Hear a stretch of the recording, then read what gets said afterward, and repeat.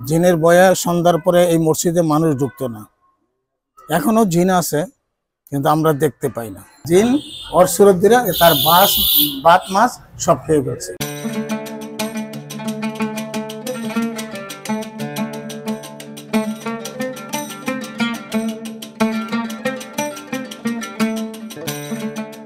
লালবাগে অবস্থিত ৩৩২ বছরের একটি মসজিদ।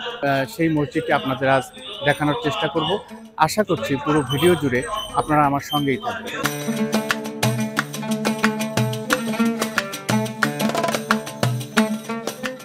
লাল ইট আর চুনাপাথরের মিশ্রণে স্থাপনাটির রং অনেকটা পোড়া মাটির মতো।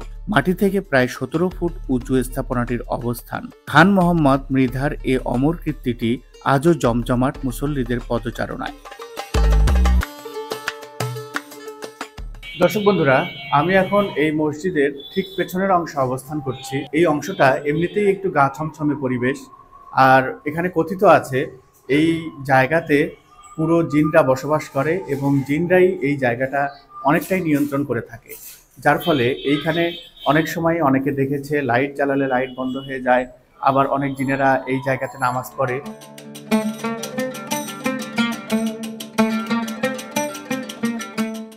এটা আবার ৩৩০ বছর আগের কথা। অত্র এলাকার মানুষে আলোচনা করে যে এইদিকে বাতি জ্বলে না, ওইটা মনে করে যে বাতি জ্বলে না কোনো অসুবিধার কারণে। তো বাতি জ্বলে না কেন, এইদিকে লোকজন থাকে না, বাতি জ্বলে না কি বাতি ঠিক হয়ে চলে।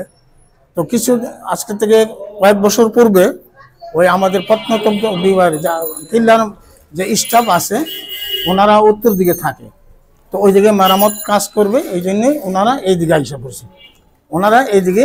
আইসা পড়ছে। এইখান থেকে নিয়ে এখানে ওনারা থাকতেন আর কি। তো ওইদিকে কাজ চলছে। তো দীর্ঘ কিছুদিন পরে থাকার পর সময় ওনাদের মধ্যেই মানে প্রত্যেকটা রুমে লোক ছিল, 2 জন 3 জন করে লোক ছিল। তো ওনাদের মধ্যে এক লোক ওই ভাত পাকাইছে, মাছের তরকারি পাকাইছে।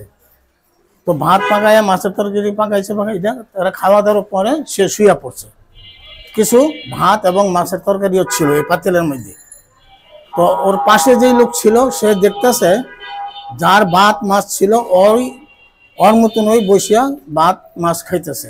তো ও খাওয়ার পরে বাকি যা আসিল তা রেখে দিয়েছে যে সকালে নাস্তা করব। তো সকালে ওইটা পাতিলা খুলছে, পাতিলা খোলার পরে যে মাছের ভাজি টাজি কিচ্ছু নাই, সব খেয়ে ফেলছে, ভাতও নাই। এখন ওর পাশে যাই ছিল ওরকে ধমকাইতেছে, এই আমার মাছ ভাত কে খাইছে রে? তো ওই বলতেছে, ওই আবার দেখছে যে বসে খাওয়ার সময় ওর সুরত দিরা খাইতেছে। তা তুই না রাত্রে আবার ওইটা ভাত খেয়ে ফেলছো সব? বলে না, আমি তো খাই নাই। তো এটা হলো জিনের কাবার। হ্যাঁ, জিন ওর সুরত দিরা তার ভাত মাছ সব খেয়ে ফেলছে। জিন এখনো আছে, কিন্তু জিনের আলামত পাই সরাসরি আমরা দেখতে পাই না আর কি। কারণ পড়ায় মসজিদে তো জিন যায়, তাহলে এই যে আমরা নামাজের সব মুসল্লি দেখি, সব মুসল্লি না, জিন ও মুসল্লি সাজা আসে নামাজ পড়তে। কারণ জিনের মধ্যে ভালো মন্দ সবাই আছে, নামাজি আছে, হাফেজ আছে, মাওলানা আছে, মুহাদ্দিস আছে, সব ধরনেরই আছে। ইতিপূর্বে ঘটনা ঘটে আছে যে আমাদের একজন মক্তবের শিক্ষক ছিল মাওলানা আব্দুল হক সাহেব। উনি রাত 3টার দিকে নিচে নাইমা পেশাব করার জন্য নিচে গেছে। আগে রাস্তা ছিল সিঁড়ি থেকে নাইমা একটু বাম দিকে মোড় নিয়ে সোজা রাস্তা ছিল, এই যে 5তলা বিল্ডিংটা এর পাশে ছিল পেশাবখানা এবং অজুখানা। তো এই পেশাবখানার মধ্যে পেশাব করে উনি ঢিলা লোয়ার উদ্দেশ্যে মানে ঢিলা নিয়ে মানে আমাদের নিচে যে কবরটা আছে এই কবরের দিকে তাকায় দেখে যে কবরের যে মাথাটা আছে, যে মোমবাতি জ্বালানোর জন্য যে ঘরটা বানানো হয়েছে, এই মাথাটার উপর একটা চিতাবাঘ বৈশা ওনার দিকে তাকায় রয়েছে। এখন উনি দাঁড়ায় প্রথম দেখে ভয় পেয়ে গেছে এবং চিন্তা করলো যে এটা এই ভাগ কোথা থেকে আসবে।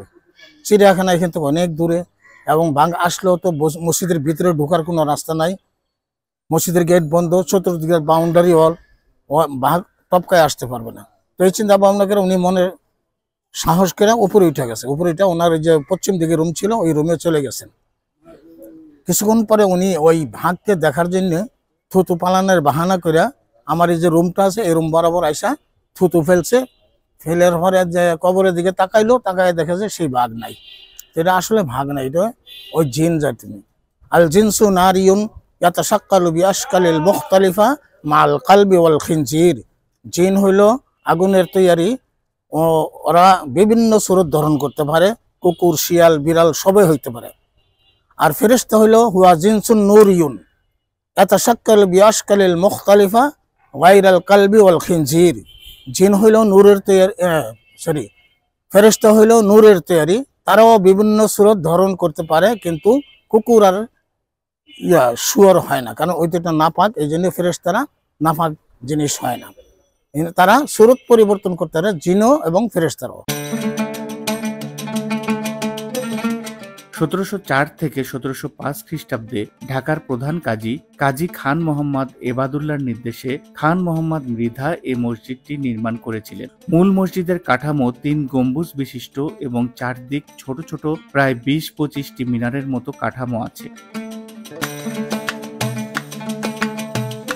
আমরা এখন যে রুম দেখতেছি, একটা রুম একটা দরজা, একটা রুম একটা দরজা। এই যে রুমের পরে যে ওয়াল আছে, চতুর্দিকে রুম বাউন্ডারি ওয়াল আছে, কিন্তু ভিতরে যে কি আছে এটা আমরা বলতে পারি না। তো স্বপ্ন দেখছি যে এই ভিতরে পিতলের ডেকের মুখে অজগর সাপ বৈশা পাহারা দিতেছে। তো এইটা যে কেন বানাইছিল, এটা হয়তো আমার ধারণা যে প্রত্যেকটা রুমের মধ্যে একটা করে তাক আছে। তো এটা মনে হয় যে এটা কোনো ছাত্র নিবাস ছিল, এখানে ছাত্ররা থাকতো, এখানে লেখাপড়া করতো, হয়তো মক্তব হিসেবে এটা ব্যবহার করতো তারা।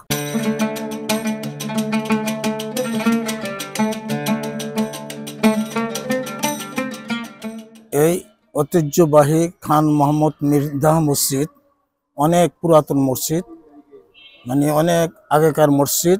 এই মসজিদ নির্মাণ করা হয়েছে 1116 হিজরিতে। হিসাব করলে বোঝা যাইতেছে যে এই মসজিদের বয়স বর্তমানে 330 বছর হয়ে গিয়েছে। এই ডিসেম্বরে 330 বছর শেষ হয়ে যাবে। এই অত্র এলাকা আর কোনো মসজিদ ছিল না। তৎকালীন এই এলাকা বন জঙ্গল ছিল, এই বিল্ডিং বাড়ি কিছুই ছিল না, ফাঁকা ফাঁকা টিন শেড বাড়ি ছিল, বাউন্ডারি ওয়াল ইটের টিন শেড বাড়ি ছিল। তৎকালীন জিনের খুব উৎপাত ছিল, জিনের বয়ে সন্ধ্যার পরে এই মসজিদে মানুষ ঢুকতো না। এখনো জিন আছে, কিন্তু আমরা দেখতে পাই না। আল্লাহ পাকে কালামে পাকে ফরমায় আছেন যে আউযু বিল্লাহি মিনাশ শাইতানির রাজিম, বিসমিল্লাহির রহমানির রহিম, ওয়ামা খালাকতুল জিন্না ওয়াল ইনসা ইল্লা লিয়াবুদুন। আল্লাহ পাক বলতেছেন যে আমি মানুষ জাতি এবং জিন জাতিকে আমারই ইবাদত করার জন্য একমাত্র সৃষ্টি করিয়াছি।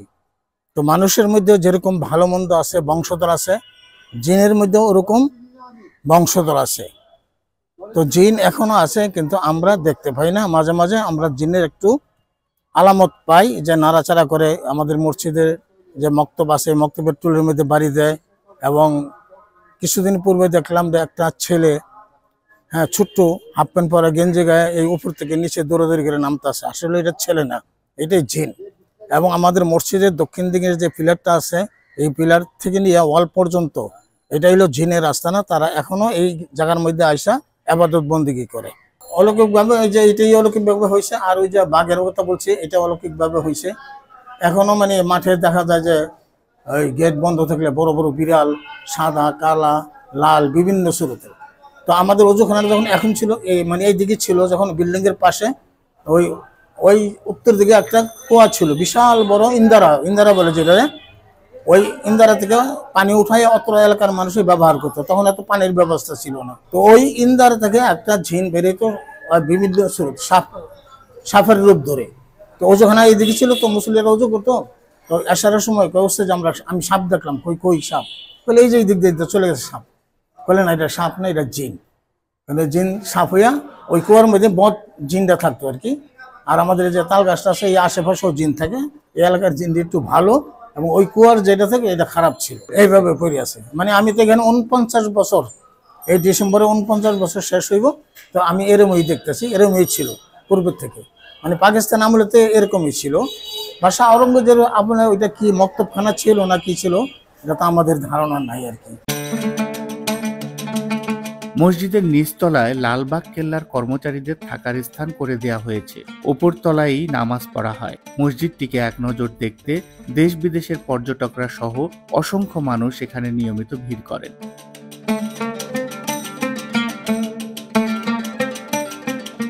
এই নির্মাণ বাদশাহ আওরঙ্গজেবের আমলে, এখানে পাথরটা ফার্সি ভাষায় লেখা আছে।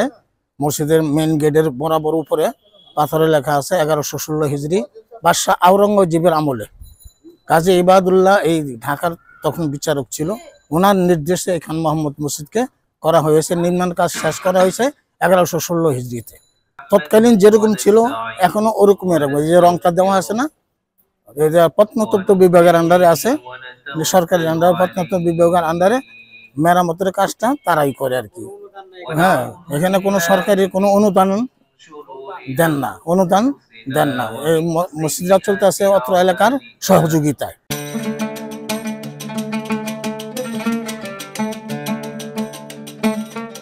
এই প্রাচীন ঐতিহ্যবাহী মসজিদটি আপনাদের কেমন লাগলো ভিডিওতে কমেন্ট করে জানাবেন। যদি ভালো লেগে থাকে তাহলে লাইক শেয়ার করে আমার চ্যানেলের পাশে থাকার আবদার রইল।